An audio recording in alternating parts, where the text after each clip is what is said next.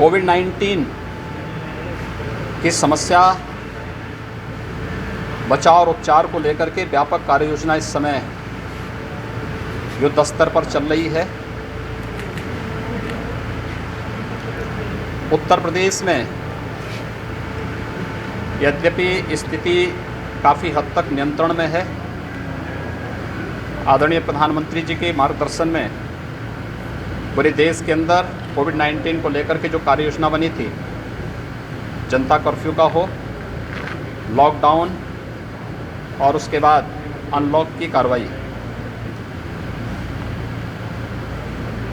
इन सब का अक्षरशः पालन उत्तर प्रदेश ने किया।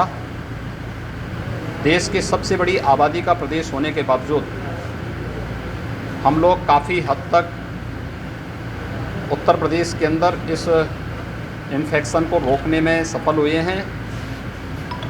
लेकिन सतर्कता और बचाव अत्यंत आवश्यक है। इसलिए भी महत्वपूर्ण होता है क्योंकि अब अनलॉक के बाद ट्रेन चलनी शुरू हो चुकी हैं, डोमेस्टिक फ़्लाइट प्रारंभ हो चुकी हैं, कुछ इंटरनेशनल फ़्लाइट भी वंदे भारत अभियान के अंतर्गत प्रारंभ हो चुके हैं। इस दृष्टि से हम लोगों ने 70,000 टीमें पूरे प्रदेश के अंदर बनाई हैं, डोर टू डोर सर्वे के लिए, कॉन्टैक्ट ट्रेसिंग के लिए।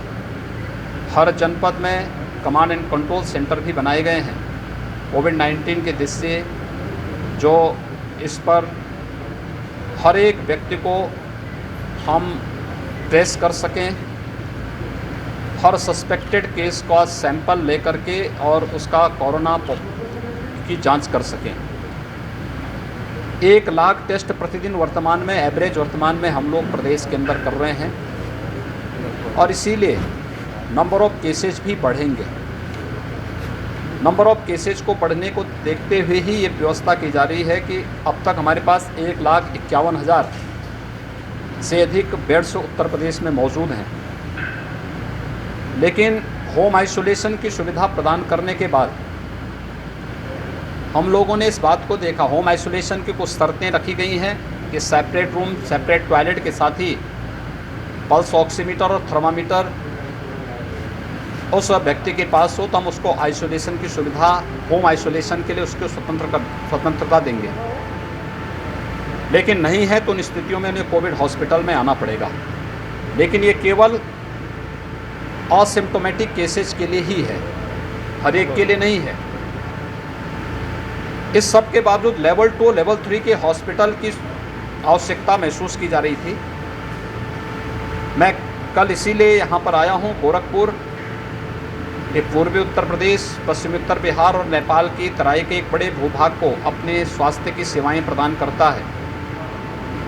यहाँ पर पहले से ही बीआरडी मेडिकल कॉलेज में 200 बेड का सुपर स्पेशलिटी ब्लॉक में डेडिकेटेड कोविड हॉस्पिटल चल रहा है।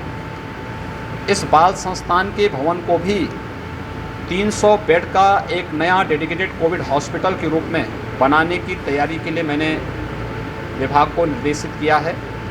ये भवन निर्माणाधीन है। 30 अगस्त तक इसको हर हाल में निर्माण करने के लिए कहा गया, तैयार करने के लिए कहा गया है। मेडिकल एजुकेशन को यहाँ पे जो भी इक्विपमेंट आदि लगने हैं, खासतौर पर ventilator, high flow nasal cannula जो बहुत प्रभावकारी है इस कोरोना-19 में, तो उसकी दृष्टि से यहाँ पर उनको उन इक्विपमेंट की कमी न पड़ने पाए, किसी प्रकार की कोई दिक्कत न होने पाए, ये सब कार्यों के लिए dedicated 300 bedded dedicated Covid hospital Gorakhpur, Deoria, Kushinagar, Maharajganj के वासियों की दृष्टि से जो भी कोरोना पॉजिटिव केसेज आते हैं, क्रिटिकल केसेज आते हैं, उनकी दृष्टि से इसको तैयार करने के लिए कल ही मैंने कहा है। डिस्ट्रिक्ट एडमिनिस्ट्रेशन गोरखपुर को इसके लिए गोरखपुर का टीबी हॉस्पिटल जो एक नई बिल्डिंग बनी हुई है, 100 बेड का डेडिकेटेड कोविड हॉस्पिटल के रूप में उसको बनाने और उसमें लेवल 2 और लेवल 3 की सुविधाएं प्रदान करने के लिए कहा गया है।